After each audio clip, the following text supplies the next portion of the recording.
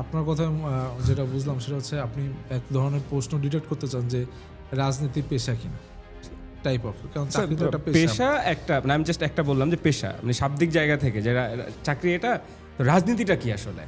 না, রাজনীতি বাংলাদেশের মানুষের কাছে কিন্তু রাজনীতি একটা পেশা। আমি বলি আপনার বিশ্বে আপনি যদি বিভিন্ন জায়গায় দেখেন আমাদের যারা মেম্বার অফ পার্লামেন্ট তারা কিন্তু মাসে প্রায় 1,78,000 টাকার মতো Salary স্যালারি পায়।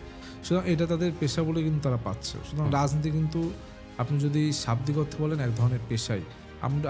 আমার অনেক পরিচিত রাজনীতিবিদ আছে যারা ভিসা করতে দিচ্ছে, সেখানে ভিসায় লিখছে যে আপনার অকুপেশন কি, তারা লিখছে যে পলিটিক্স। হ্যাঁ, এটা তো আমাদের আমরা এই যে হলফনামায়ও দেখেছি। হলফনামা দেখেছে না, পলিটিক্স। তো আপনার রাজনীতিটা আমার মনে হয়েছে বাংলাদেশের প্রেক্ষাপটে বা সামগ্রিক বিশ্বের প্রেক্ষাপটে যে আপনার রাজনীতি, বা আমি যদি ছাত্র রাজনীতির কথা বলি, ছাত্র রাজনীতি বলে কিন্তু কিছু ছিল না।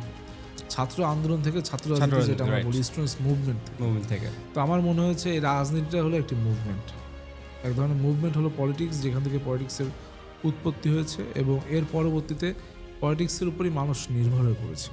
কেননা আপনি দেখুন যে আমরা বলি মানুষ সামাজিক জীব, আবার আমরা যদি একজন মানুষ কোন পলিটিক্স তো অ্যাবাউট ইডিওলজি, আপনার সাথে একটি ইডিওলজির মিল থাকতে পারে, অমিল থাকতে পারে। আপনি দূর থেকে একটা ইডিওলজিকে সমর্থন করতে পারেন, নাও করতে পারেন, প্রত্যাখ্যানও করতে পারেন, right. It's up to you. কিন্তু আমরা কিন্তু সামাজিকভাবে আমরা বিবেচনা করি না। আমরা যেমন বলি কে হিন্দু কে মুসলিম, এরকম রাজনৈতিক বিভিন্ন মতাদর্শ কিন্তু আমরা ডিটেক্ট করি যে অমুকে অমুক আদর্শের, তো অমুকে তমুক আদর্শের নয়। শুধু আমার কাছে মনে হয়েছে যে পলিটিক্সটার এক ধরনের আদর্শের উপর নির্ভর করে।